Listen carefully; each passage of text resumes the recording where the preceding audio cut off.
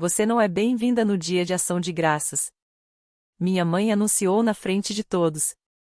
Família apoia família. Você se recusou a ser avalista do empréstimo de $60.000 da sua irmã. Ela sorriu. Na manhã seguinte, acordaram com contas congeladas, cartões recusados, e isso começou na semana anterior ao dia de ação de graças. Minha mãe nos reuniu na sala de estar, o que por si só já deveria ter sido um aviso. Ela só fazia isso quando alguém morria ou quando queria fazer um espetáculo de alguma coisa. Ela estava parada ao lado da lareira como se fosse fazer um discurso. Meu pai estava sentado em sua poltrona reclinável com os braços cruzados, usando aquela máscara corporativa vazia que ele veste quando não quer ser responsabilizado por nada. Minha irmã, Lauren, estava sentada de forma presunçosa no braço do sofá, vestindo um moletom de grife novinho que eu sabia que ela não tinha pago com o próprio dinheiro.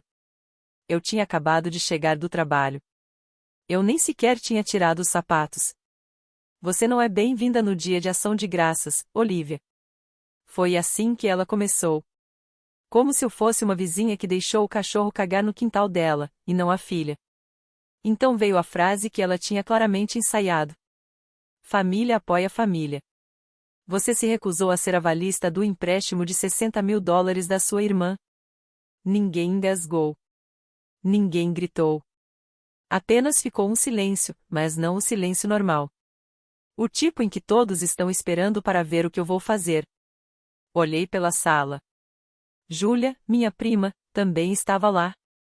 Ela tinha chegado mais cedo, e eu podia ver o choque no rosto dela. Nós sempre fomos próximas, e eu percebi que ela não sabia o que estava por vir. Meu tio e minha tia estavam parados lá no fundo como se tivessem sido arrastados para o meio de algo que não queriam fazer parte. Eu não disse nada. Eu nem sequer pisquei. Apenas balancei a cabeça uma vez e subi as escadas. Acho que foi isso que os abalou. Porque, normalmente, eu argumentaria. Normalmente, eu tentaria explicar, justificar. Mas desta vez, eu não fiz isso porque eu já vinha esperando por isso há muito tempo. Meus pais tinham essa fantasia de que enquanto eu morasse sob o teto deles, tudo que eu tinha era deles também. Meu salário, minhas economias, meu tempo. E quando Lauren, que não manteve um emprego por mais de 6 meses nos últimos 5 anos, pediu $60.000 para lançar sua próxima grande ideia de negócio, todos olharam para mim como se já estivesse decidido, como se eu estivesse sendo difícil por sequer hesitar. Eles continuavam dizendo coisas como: você é a irmã mais velha dela. Você deveria apoiá-la. Ian, você tem vivido aqui sem pagar aluguel. É o mínimo que pode fazer. Como se eu não fosse quem pagava metade das contas e comprava as compras do mês para a casa inteira. Como se meus pais não me pedissem constantemente para cobrir pequenas coisas, que sempre acabavam sendo tudo menos pequenas. Naquela noite, arrumei uma mala, peguei meu laptop e saí. Eu não bati portas. Eu não deixei um bilhete. Eu nem sequer avisei a Júlia que estava indo embora. Dirigi até o aluguel de curto prazo que eu tinha conseguido discretamente algumas semanas antes e desliguei meu celular. Eles celebraram o dia de ação de graças sem mim, sorriram para a câmera, postaram as fotos de grupo habituais em frente à lareira de Vermont com suéteres combinando e taças de vinho, fingindo que estava tudo normal. Mas, a essa altura, eu já havia movido meus depósitos diretos para um novo banco. Eu tinha tirado meu nome da conta conjunta que meu pai insistiu para eu ajudar a monitorar, e tinha congelado o acesso ao cartão de emergência que eles de alguma forma me convenceram a abrir na faculdade, aquele que eles ainda usavam sem perguntar. A primeira mensagem de texto chegou na sexta-feira de manhã. Olivia, que diabos está acontecendo? Meu cartão acabou de ser recusado. Depois veio o dilúvio. Minha mãe ligou 7 vezes seguidas. Meu pai me enviou um e-mail, o que ele nunca faz, perguntando se eu tinha acidentalmente movido alguns fundos. Júlia me enviou uma mensagem perguntando se eu estava bem e se eles tinham feito algo para me irritar. Eu não respondi a nenhum deles. Eu sabia o que estava por vir e, pela primeira vez, eu estava pronta. Na manhã de sábado, as coisas tinham mudado do silêncio para a estática. Meu telefone acendeu com notificações, chamadas perdidas, mensagens de voz, textos. A maioria era da minha mãe. O resto era de Lauren, que aparentemente estava desmoronando mais rápido do que eu esperava. O cartão que ela usava para tudo, gasolina, comida, seus preciosos compromissos de sobrancelha, havia sido recusado 2 vezes naquela manhã. Ela me enviou uma captura de tela circulada em vermelho como um sinal de aviso. Olivia, resolva isso. Não tenho nada na geladeira além de condimentos. Eu não respondi. Apenas observei as mensagens chegarem, depois virei o telefone para baixo e voltei a saborear meu café na sacada do meu novo lugar. Um pequeno aluguel no segundo andar com a pintura descascando, mas era meu. O silêncio aqui era denso e intocado. Ninguém batendo na minha porta exigindo saber se eu tinha pago a conta de luz. Ninguém pegando meu cartão de crédito emprestado para comprar um presente de aniversário de última hora para o filho e nunca me pagando de volta. Sem Lauren, sem culpa, sem gaslighting, manipulação psicológica. Eu sabia exatamente o que estava fazendo quando fui embora.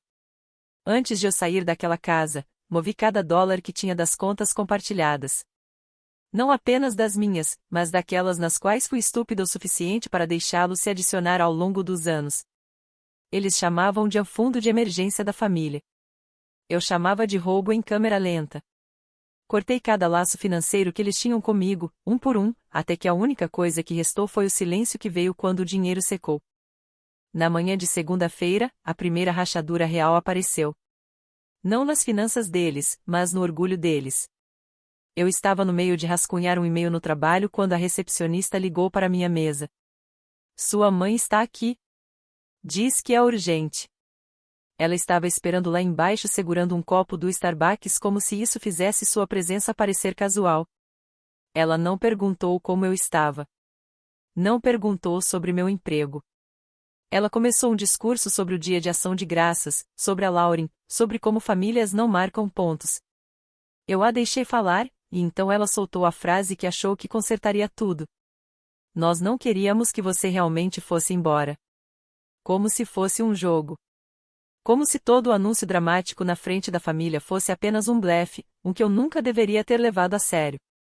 Ela parecia genuinamente confusa, como se esperasse que eu ainda estivesse lá, dormindo no meu quarto antigo, financiando os problemas deles por lealdade, culpa ou hábito. Então ela me disse que a Lauren estava atrasada no aluguel e ameaçando voltar para casa. Que as contas de luz e água deles estavam atrasadas, que eles receberiam algumas pessoas da igreja no próximo fim de semana e não sabiam como conseguiriam pagar a comida para todos. Eu perguntei a ela o que isso tinha a ver comigo. Ela piscou como se eu tivesse dado um tapa nela. Eu não discuti. Eu nem sequer expliquei. Eu apenas disse, boa sorte. Então me virei e voltei para o elevador. Naquela noite, Júlia finalmente ligou. Ela disse que o chat de grupo da família tinha explodido. Lauren estava dizendo a todos que eu tinha roubado de nossos pais, que eu tinha pegado as economias deles e os deixado sem nada. Eu não me dei ao trabalho de corrigi-la. Eu apenas disse, deixe-a provar. Deixe qualquer um pedir os recibos. Deixe-os verificar quem pagou a hipoteca nos últimos 2 anos. Quem comprou os mantimentos? Quem foi a avalista do carro que a Lauren dirigiu até dar perda total? Na quarta-feira, as mensagens mudaram de tom novamente. Meu pai enviou uma longa mensagem sobre o quão decepcionado ele estava. Ele disse que eles estavam lutando agora, realmente lutando, e perguntou se eu poderia ajudar só neste mês até que eles resolvessem as coisas. Ele não perguntou se eu estava bem, apenas o que eu poderia dar. Eu respondi por mensagem, eu não vou voltar. Nem para casa, nem para as contas, nem para os jogos. A resposta dele veio 5 minutos depois, você vai se arrepender disso. Talvez ele pensasse que eu me arrependeria. Talvez ele pensasse que eu sentiria falta da sensação de ser útil, de ser necessária. Mas tudo o que senti naquela noite foi paz. O dia de ação de graças chegou com uma chuva congelante. O tipo de chuva que grudava nas janelas e encharcava os casacos, não importa o quão rápido você corresse para o carro. Eu não corri para lugar nenhum. Fiquei na cama mais tempo do que o habitual. O celular no silencioso, deixando a quietude preencher cada canto do pequeno apartamento. Ainda cheirava levemente a vela de canela que acendi na noite anterior. O chão estava frio, o radiador estalava como se estivesse fazendo o seu melhor, e eu senti algo que não sentia há muito tempo. Por volta do meio-dia, fiz café e abri meu laptop, apenas por curiosidade. Eu sabia que eles estariam postando. Eram viciados em aparências. E lá estava. Pijamas de flanela, velas acesas na lareira, uma foto de grupo estranha que parecia ter sido costurada com sorrisos forçados. Minha mãe tinha postado um story da mesa de jantar, mas se você olhasse de perto, não era bem a refeição habitual deles. Sem peru inteiro, sem arranjo de centro caro. Havia torta, mas não o tipo que ela costumava fazer. Parecia torta de abóbora comprada em loja. Lauren não estava na maioria das fotos e, quando aparecia, parecia que preferia estar em qualquer outro lugar. Julia me enviou uma única linha na metade do jantar, eles serviram sobras e mentiram sobre isso. Descobriu-se que a maior parte da refeição de ação de graças tinha vindo de uma caixa de doação da igreja. Eles disseram aos convidados que era uma nova tradição para evitar o desperdício de comida. Minha mãe até vendeu a ideia como algum tipo de esforço de sustentabilidade. Julia disse que meu nome surgiu pelo menos 5 vezes, não com raiva, mas como um quebra-cabeça que eles não conseguiam resolver. Ninguém entendia porque eu não tinha entrado em contato, nem mesmo para argumentar, muito menos para pedir desculpas. Foi então que percebi o quão profundamente eles acreditavam que eu fazia parte da engrenagem deles, como se eu fosse uma extensão de suas vidas. Eles realmente pensaram que eu cederia no feriado e ligaria chorando, pedindo para voltar para casa, me oferecendo para consertar tudo se eles apenas me aceitassem de volta. Já havia funcionado antes. Eu nem sequer hesitei. Em vez disso, assei uma forma de recheio, stuffing, no meu próprio forno. Nada chique, apenas o de caixa, mas temperei do jeito que eu gostava, fiz batata doce assada, tomei vinho de uma garrafa que comprei com meu próprio cartão e assisti a um filme que não tinha tempo de ver há anos. Quando pausei na metade para comer a sobremesa, ri do quão ridículo era eu ter passado tanto tempo pensando que a paz era um luxo. Acontece que a paz era apenas não viver com pessoas que te esgotam e ainda esperam mais. Na sexta-feira, a fachada começou a rachar. Meu pai ligou novamente. Desta vez, ele não começou com culpa ou ameaças. Ele parecia triste. Ele disse que o senhorio da Lauren tinha enviado um aviso de despejo. Ela tinha atrasado 2 meses de aluguel, aparentemente apostando em um milagre de ação de graças. Ele disse que Lauren estava dormindo até o meio-dia, se recusando a procurar emprego e estourando com qualquer um que sugerisse isso. Eu não precisava perguntar como era essa sensação. Eu tinha morado com ela por anos. Então veio o verdadeiro motivo da ligação. Ele queria saber se eu consideraria voltar para casa temporariamente. Ele disse que poderíamos reconstruir as coisas, que éramos mais fortes juntos, que eu poderia ajudar a colocar todos de volta nos trilhos. Ajudar, ele queria dizer financiar. Eu disse a ele que não, que eu estava farta, que esperava que eles resolvessem as coisas, mas que eu não faria mais parte disso. Ele ficou quieto. Então ele disse algo que eu percebi que ele estava guardando para o momento certo: você está sendo ingrata. Eu desliguei.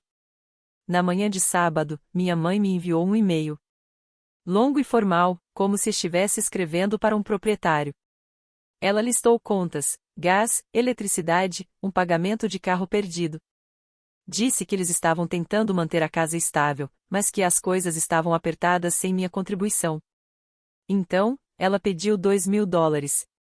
Disse que ajudaria a restaurar algum equilíbrio. Disse que mostraria que eu ainda me importava. Pensei nisso por um longo tempo. Então eu enviei. Não porque eles merecessem. Não porque eu os perdoei, mas porque eu queria que acabasse. Eu queria que a linha fosse traçada de forma tão clara que nem mesmo eles pudessem fingir o contrário. Junto com a transferência, enviei uma mensagem: esta é a última vez. 2 dias depois, Lauren me mandou uma mensagem pela primeira vez em mais de uma semana: é só isso? Sério, você vale muito mais que isso. Fiquei olhando para aquela mensagem por um longo tempo. Era tudo o que eu precisava ver. Quem ela era, quem eles eram e o que eles pensavam que eu lhes devia. Então, eu bloqueei ela. Depois, bloqueei minha mãe, depois meu pai. Eu apaguei o antigo chat de grupo da família, mudei todas as senhas e bloqueei todas as contas que pude. Naquela noite, dormi melhor do que nos últimos anos. E nenhuma vez me arrependi. Eu realmente pensei que seria o fim. Depois que os bloqueei, ficou silencioso. Pela primeira vez, realmente silencioso. Não apenas no meu apartamento, mas na minha cabeça. Sem aquele zumbido de medo toda vez que meu telefone acendia. Sem mais dúvidas se eles iriam me culpar ou me arrastar para alguma confusão. Era como se eu finalmente tivesse desligado a ficha da pressão constante para consertar problemas que eu não causei. Comecei a dormir melhor. Cozinhei refeições que ninguém criticou. Reorganizei meu pequeno apartamento e comprei um sofá de segunda mão para o qual não precisei pedir permissão. Não era chique, mas foi o primeiro móvel que eu escolhi inteiramente para mim. Todas as noites, eu acendia uma vela, colocava música e sentava naquele sofá em paz. Então, 2 semanas depois do Dia de Ação de Graças, meu telefone tocou, mas não eram eles. Era o RH. Eles me pediram para ir ao escritório para um bate-papo rápido. Essa frase já deveria ter me alertado. Eu entrei, sentei-me em frente ao meu gerente e ao representante de RH, e eles me entregaram um e-mail impresso. Sem saudação, sem assinatura, apenas um longo bloco de texto enviado de uma conta genérica do Gmail. As acusações eram absurdas, que eu estava usando fundos da empresa para apoiar investimentos familiares ilegais, que eu estava acessando dados confidenciais fora do horário de trabalho e que eu tinha manipulado registros financeiros para ganho pessoal. Parecia que alguém assistiu a alguns dramas policiais e decidiu tentar a sorte na sabotagem corporativa. Eles não citaram nomes, mas eu soube imediatamente. Lauren não conseguia me alcançar, então ela mirou no meu emprego. O representante de RH disse que não estavam me acusando de nada, mas que tinham que investigar todas as denúncias seriamente. Tive que passar por 2 dias de reuniões, vasculhando meus registros de atividade e provando, linha por linha, que eu não havia feito nada de errado. Isso me abalou mais do que eu queria admitir. Eu tinha trabalhado tanto para construir aquela carreira. Noites longas, manhã cedo, lutando contra a exaustão só para provar que merecia estar ali. E agora minha própria família estava tentando destruir tudo. Dirigi para casa naquela noite em silêncio. Sentei no carro em frente ao meu apartamento por quase 1 hora. Eu nem sequer chorei. Eu estava com raiva demais para chorar. Foi então que liguei para uma advogada. Não por vingança. Ainda não.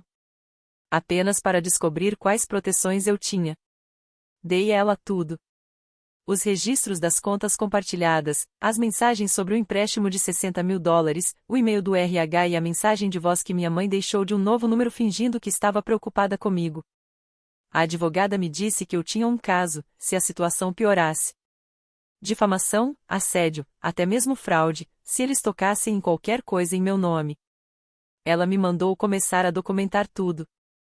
Cada ligação, cada mensagem, cada pequena coisa estranha que eles fizessem. Eu não pensei que poderia piorar. Então Júlia ligou. Ela parecia ofegante, com raiva, disse que Lauren estava ligando para a família, dizendo que eu estava com sérios problemas financeiros, que eu tinha perdido meu emprego, que eu era muito orgulhosa para pedir ajuda. Ela disse a eles que eu estava deprimida, sozinha, mentalmente instável. Ela até disse, e essa parte me deu arrepios, que se eles quisessem ajudar, poderiam enviar doações para a conta dela e ela se certificaria de que eu as receberia discretamente. Lauren tinha criado uma crise falsa inteira, usando meu nome para arrecadar dinheiro de parentes que nem sequer gostavam dela. Senti algo se quebrar dentro de mim. Liguei imediatamente para o meu banco e bloqueei tudo, mudei todas as senhas, congelei meu crédito, registrei um alerta de fraude. Na manhã seguinte, fui à delegacia de polícia e registrei um boletim de ocorrência. Eu não sabia se eles fariam algo imediatamente, mas eu precisava ter um registro. Se ela ousasse abrir um cartão Target no meu nome, eu queria que ela fosse parada na hora. Então eu fiz um último movimento. Eu gravei um vídeo. Não o postei publicamente. Apenas enviei para a Júlia. Nele, eu calmamente expus tudo. O abuso financeiro da família. A tentativa de golpe do empréstimo, o relatório do RH, o esquema de fraude que Lauren estava aplicando. Pedi a Júlia que mostrasse a qualquer pessoa da família que perguntasse. Deixá-los ver meu rosto. Deixá-los ouvir a verdade da minha boca, se não da Lauren. O resultado começou lentamente. Um dos meus tios me enviou uma mensagem de desculpas. Minha tia, aquela que sempre agiu como se a Lauren andasse sobre as águas, me enviou um longo e estranho e-mail sobre como ela não sabia da história completa. E Júlia me mandou uma mensagem: eles estão finalmente vendo quem ela realmente é. Mas eu não estava comemorando. Ainda não, porque pessoas como Lauren não se calam facilmente. E eu tinha a sensação de que este não era o movimento final dela. Dezembro se instalou como um hóspede indesejado. Sem aviso, pesado e frio de todas as maneiras que te pegam de surpresa. Eu ainda estava trabalhando em tempo integral, ainda cozinhando para uma pessoa, ainda tentando me convencer de que estava tudo finalmente sob controle. A advogada estava de prontidão. Minhas finanças estavam trancadas mais apertado do que um cofre. Eu não estava mais atendendo números desconhecidos e, pela primeira vez em anos, senti que podia respirar. Então Lauren veio à minha porta. Era uma manhã de sábado, céu cinzento, vento gelado, e lá estava ela, encostada no corrimão em frente ao meu prédio como se tivesse todo o direito de estar ali. Sem aviso, sem ligar. Simplesmente apareceu, moletom com capuz levantado, mãos enfiadas no casaco como se estivesse escondendo algo. Ela tentou parecer casual. Disse que só queria esclarecer as coisas. Afirmou que a mãe estava doente agora e que eu estava dificultando as coisas mais do que o necessário. Ela chegou a dizer que me perdoava. Me perdoava. Fiquei ali parada segurando uma sacola de supermercado enquanto ela me alimentava com falas ensaiadas. Disse que eu ainda era da família e que eu não deveria deixar o dinheiro arruinar o que tínhamos. E então ela tirou um pedaço de papel e disse que só precisava de mais uma coisa, uma assinatura para um contrato de aluguel. Eu nem sequer olhei. Eu disse a ela que se ela voltasse a este prédio novamente, eu chamaria a polícia. Que eu não lhe devia nenhuma palavra. Ela murmurou algo e saiu pisando forte. Nem sequer olhou para trás. Eu a observei entrar em um carro de aplicativo que provavelmente estava sendo cobrado na conta de outra pessoa e ir embora como se nada tivesse acontecido, mas tinha acontecido. No dia seguinte, minha caixa de correio foi arrombada. Não meu apartamento, apenas o compartimento de correio lá embaixo, forçado com algo afiado. A fechadura estava torta e metade do conteúdo tinha sumido. Não o lixo, apenas as coisas importantes. Documentos bancários, uma carta do meu seguro, um cartão pré-pago que eu estava esperando. Reportei imediatamente. O proprietário disse que nunca tinham tido problemas antes. Eu sabia quem era. Não podia provar, mas eu sabia. Mudei todos os meus extratos para online e pedi que o resto fosse encaminhado para uma caixa postal do outro lado da cidade. Um incômodo, mas melhor do que ficar esperando pelo próximo golpe. Naquela mesma noite, recebi um alerta de fraude. Alguém tentou abrir uma linha de crédito em uma joalheria em Nova Jersey. Depois, novamente no dia seguinte, desta vez em uma concessionária. Eu não tinha saído do estado. Eu nem sequer tinha saído da cidade. Meu nome estava sendo passado por aí como um cheque em branco. Liguei para minha advogada na manhã seguinte. Ela nem hesitou. Isso não é mais drama familiar. Isso é crime, ela disse. Ela registrou outro boletim de ocorrência. Desta vez foi mais sério. Ela contatou a loja onde a tentativa de crédito foi feita e solicitou as imagens de vigilância. Ela enviou uma carta de notificação extrajudicial de cessação e abstenção, cease and desist, diretamente para os meus pais, endereçada especificamente a Lauren, com entrega rastreada e assinatura de recebimento. Pensei que isso fosse parar, mas então minha mãe me deixou uma mensagem de voz de outro número novo. Ela soava calma no início, mas suas palavras eram afiadas. Recebemos sua carta, Olivia, e estamos de coração partido. Mas se você continuar assim, seremos forçados a revidar. Como se fosse uma guerra que eu comecei. Como se eu estivesse ameaçando-os ao me proteger. Ela continuou por 3 minutos inteiros. Falou sobre como eu tinha abandonado a família, como eu os tinha humilhado, como a Lauren estava se esforçando ao máximo. Disse que se eu tornasse isso público, se eu levasse isso adiante, eu me arrependeria. Ela não disse como. Não precisava. Eu ouvi a mensagem novamente 3 vezes, não porque não a entendesse, mas porque queria lembrar de cada palavra. Na manhã seguinte, entreguei a mensagem de voz para a advogada. Ela arquivou na crescente pasta rotulada assédio e fraude familiar. Eu não chorei. Eu não entrei em pânico. Mas algo mudou dentro de mim. Isso não era mais falta de comunicação. Não era um desentendimento familiar ou um feriado ruim. Era sabotagem. Era calculado, perigoso e pessoal. E eles não estavam apenas tentando me trazer de volta. Eles estavam tentando me arruinar se eu não voltasse. Sentei-me no meu sofá usado naquela noite, no brilho de uma única luminária. A sala estava em um silêncio total. Olhei em volta para tudo que eu havia construído, por menor que fosse, e percebi algo brutal. Eles não estavam tentando me ter de volta. Eles estavam tentando garantir que eu não tivesse nada sem eles. E esse seria o último erro que eles cometeriam. Janeiro chegou quieto e pesado, como o tipo de silêncio que não significa paz, apenas uma pausa antes de algo pior. Eu tinha feito tudo certo, bloqueado meu crédito, mudado meu banco, registrado o boletim de ocorrência, encaminhado tudo para minha advogada. Eu trocava senhas semanalmente, sinalizava todas as consultas e configurava alertas para qualquer atividade ligada ao meu nome. Pensei que estava à frente deles. Pensei que tinha construído um muro muito alto para eles escalarem, mas eles não precisavam escalar. Eles começaram a cavar por baixo. O primeiro sinal foi sutil. Meu proprietário deixou um bilhete na minha porta: por favor, me procure quando tiver um momento. Nada demais. Ou assim pensei. Quando entrei no escritório dele, ele parecia desconfortável.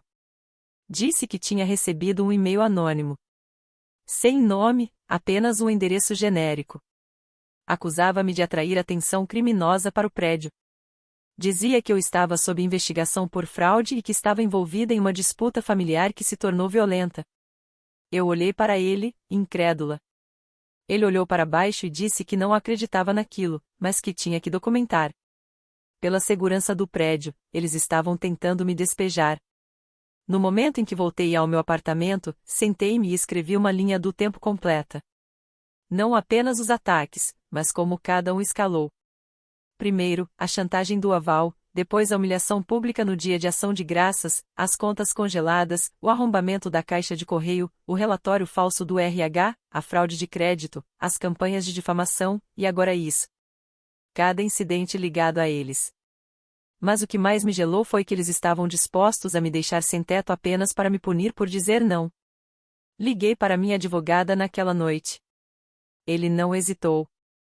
Ela me disse para preparar tudo para uma ordem de proteção formal. Isso estava além do assédio agora. Era direcionado, deliberado e malicioso. Entreguei ela todos os documentos, mensagens de voz, até mesmo uma cópia impressa do e-mail anônimo de despejo.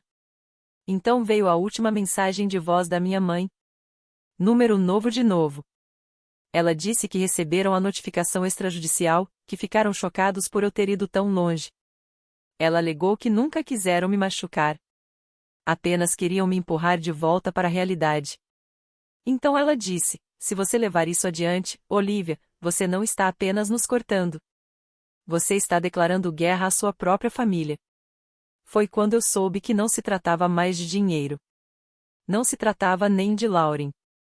Tratava-se de controle, de garantir que eu nunca me sentisse segura a menos que estivesse ajoelhada aos pés deles, agradecendo por me permitirem existir. Eu não chorei. Eu não gritei. Eu salvei a mensagem de voz e a enviei para minha advogada. Então Júlia me mandou uma mensagem: dá uma olhada no Instagram da Lauren. Eu olhei. E havia um carrossel de fotos, ela parecendo triste na varanda, uma foto borrada do meu quarto de infância, e uma legenda que dizia: perdi minha irmã este ano. Não para a morte, mas para a ganância. Ela escolheu o dinheiro em vez da família. Em vez de mim. Centenas de curtidas. Dezenas de comentários de pessoas que não me conheciam, não se importaram em perguntar, dizendo a ela o quão forte ela era. Um dizia: você merece coisa melhor. Sangue não significa lealdade.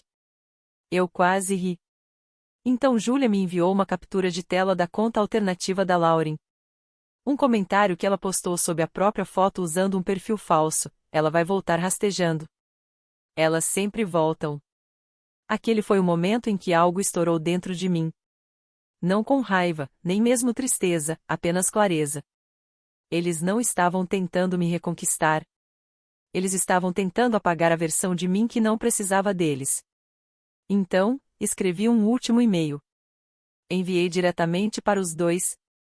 Apenas 3 linhas. Eu não sou mais sua filha.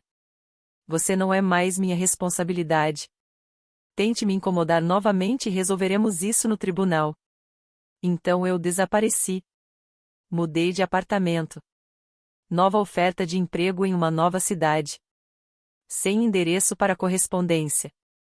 Sem informações de contato atualizadas. Apenas Júlia sabia para onde eu fui, e ela prometeu nunca dizer uma palavra. Deixei para trás tudo o que eles pensaram que poderiam continuar usando. Mudei meu número. Fechei todas as últimas portas. E pela primeira vez, verdadeira e finalmente, eu estava livre. Dei a eles todas as oportunidades para agirem como uma família. Eles escolheram agir como inimigos. Agora, eles podem viver com o silêncio que criaram e com a filha que perderam. Eles ainda tentam às vezes. Pequenas coisas. Um cartão de Natal enviado para minha antiga caixa postal sem endereço de remetente. Um convite de casamento de um primo com um rabisco de "eu espero que reconsiderem" ao lado do meu nome. Eu não respondo. Eu não abro mais nada deles. Júlia me atualiza quando eu peço, mas fora isso, eu deixo tudo desvanecer em ruído de fundo, porque o que eles não percebem é que eu não apenas me afastei deles. Eu caminhei em direção a algo melhor. Eu mesma, minha paz, minha vida finalmente minha. E nenhuma quantidade de culpa, sabotagem ou manipulação jamais me puxará de volta para a sombra deles.